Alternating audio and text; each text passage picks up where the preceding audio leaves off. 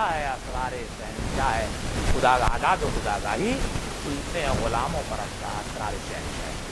وہ جو چیز پیدا ہوتی ہے غلام لوگ اگر یہ تمنا کر دیں تو نبی کو ماتم نبی کیا کرتا ہے کائنات اسے پنوں میں چھپا دیتا ہے. لیکن یہ دوسری تلاش بندھا از پاس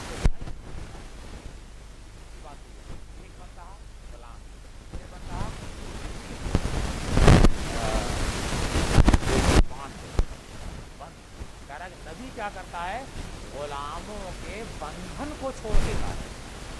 ایسی چیز سکھاتے ان کے اندر میں آزادی پیدا ہو جاتی ہے اور غلام جو ہوتا ہے وہ غلامی کے بندھن کو چھوڑ دیتا ہے اور کہتا ہے کہ اب خداونداں ربایت بن رہا اور خداونداں ربایت بن رہا غلاموں کو بھائی اور آزادی ادا کر دیتا ہے. غلاموں کے اندر پیدا کیا تاکہ مالک وہ نہیں ہے خدا وہ نہیں ہے.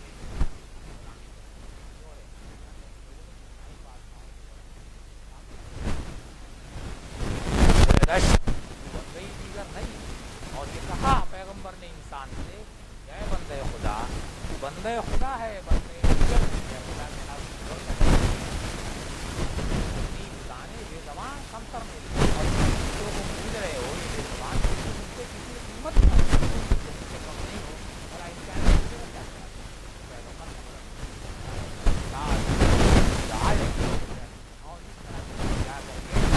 پیدا کر کے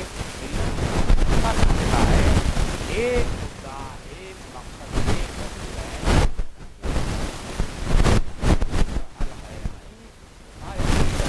اور جو ایسا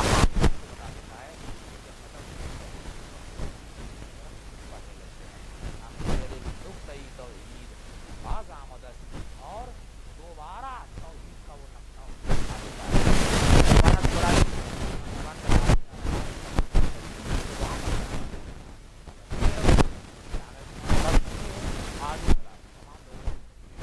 یہاں آنے کے بعد جو سبق بھول گئے ہیں اور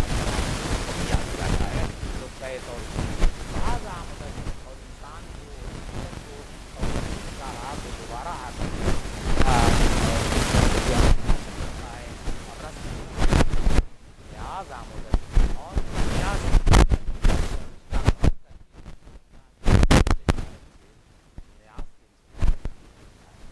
بتا دیتا ہے پیغمبر آتا ہے سارا کام کرتا ہے لیکن نبی اپنی بات نہیں کرتا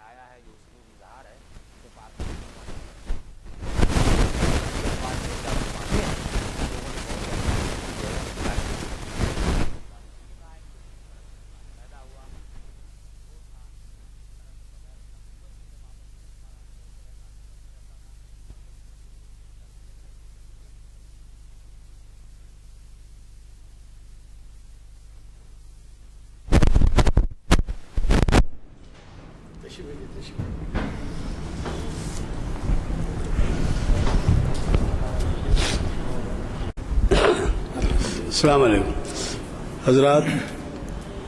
خطاب کے آغاز میں مقرر صاحب نے ایک حوالہ دیا کہ انہوں نے کچھ خواہش کی تھی اور وہ پوری نہیں ہوئی. مجھے گھر جانے کے بعد ایک چٹھی جیب میں سے نکلی, پتہ نہیں آپ کی تھی کس کی تھی. اس کے اندر کچھ یہ اب جیسے اب تسبیح کے دانے اور ملت اور یہ چیزوں کا اس کے اوپر کچھ تحریر تھا, اس میں تحریر تھی کچھ. میں سمجھ نہیں پایا, اس کے بعد کوشش میں رہا, لیکن مجھے یاد نہیں ہے کہ آپ نے کچھ یہ خواہش کی تھی. نہیں, لیکن آپ نے یہ کہا ابتدا میں کہ میں نے خواہش کی تھی, پورا نہیں کیا, نہیں بول کے کچھ بولے آپ. میں نے یہ کہا کہ مجھے اجازت دے دی جائے ان محفلوں سے, رخصت دے دی جائے. وہ تو جو ہے میرے ایک کے اختیار میں نہیں ہے. آپ کو اجازت دے دی جائے تو یہ سب سے پوچھ لیجئے اور پھر اجازت لے لیجئے. میں اکیلا نہیں اجازت دینے والا نہیں ہوں. چاہ رہا تھا کہ نوجوان لوگ آئے, نہیں, کوئی نہیں آ رہا ہے تو معاف کرنا, ہم آپ کو نوجوانوں میں شمار کرتے ہیں. سمجھا. تو بہرحال دیکھیے, صلاحیتیں جو کچھ ہوتی ہیں اس سے جب تک کہ آپ دوسروں کو استفادے کا موقع نہ دیں اس وقت میں سمجھتا ہوں اس وقت تک آپ انصاف پسند نہیں کہلائیں گے. تو جو صلاحیتیں آپ میں اللہ تعالیٰ نے رکھی ہیں اس سے دوسروں کو بھی استفادے کا موقع دیجیے. آج کا خطاب آپ کو اندازہ نہیں ہے کہ آپ کئی جگہ مخاطب کرتے ہیں، لیکن ہمارے لیے تو یہ ایسا خطاب بہت ہی معیاری خطاب ہے. میں سمجھتا ہوں آپ سب اس سے اتفاق کریں گے میں جو کہہ رہا ہوں کہ بہت ہی بنیادی باتوں کی آپ نے وضاحت کی، اور اللہ کا شکر ہے کہ ہمیں ایسے عنوان سے اس خطاب کے سننے کا موقع ملا. حضرات، آپ جیسے واقف ہیں، آپ کے سامنے بلیٹنز آ گئے ہیں اگلے ہفتے کے. کوشش کیجئے. دیکھیے، ایک مہینے میں ہمارے یہاں 12 محفلیں ہوتی ہیں، 4 ہفتوں کے 3 کے حساب سے 12 محفلوں میں کم از کم جو حضرات 12 اٹینڈ کر سکتے ہیں آئیں، 12 سے استفادہ کریں. جو نہیں کر سکتے تو ہفتے میں 2 محفل تو کریں، کچھ نہیں تو ہفتے میں 1 محفل. تو یہ مختلف عنوانات سے ہوتے ہیں، جیسے کہ آپ واقف ہیں کہ شریعت انفارمیشن سروس ہوتی ہے، تاریخ اسلام سروس ہوتی ہے، اور یہ ہوتی ہے جس سے آپ نے آج استفادہ کیا. اگلے پروگرام سنانے کی، کیونکہ ہاتھ میں جن کو نہیں ملے ہیں بلیٹن وہ لے لیجئے، اور میں ہمارے آج کے مقرر صاحب سے دعا کی گزارش کرتا ہوں.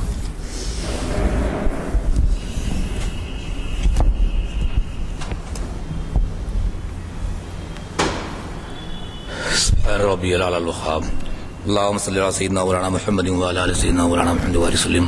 لا اله الا انت سبحانك اني كنت من الظالمين. ربنا ظلمنا انفسنا وان لم تغفر لنا وترحمنا لنكونن من الخاسرين. ربنا لا تزغ قلوبنا بعد إذ هديتنا وهب لنا من لدنك رحمة إنك أنت الوهاب. ربنا اغفر لنا ذنوبنا وإسرافنا في أمرنا وثبت أقدامنا وانصرنا على القوم الكافرين. ربنا آتنا في الدنيا حسنة وفي الآخرة حسنة وقنا عذاب النار. اللهم من أحييته منا فأحيي الإسلام ومن توفيته منا فتوفى الإيمان. سبحان ربك رب العزة عما يصفون وسلام على المرسلين والحمد لله.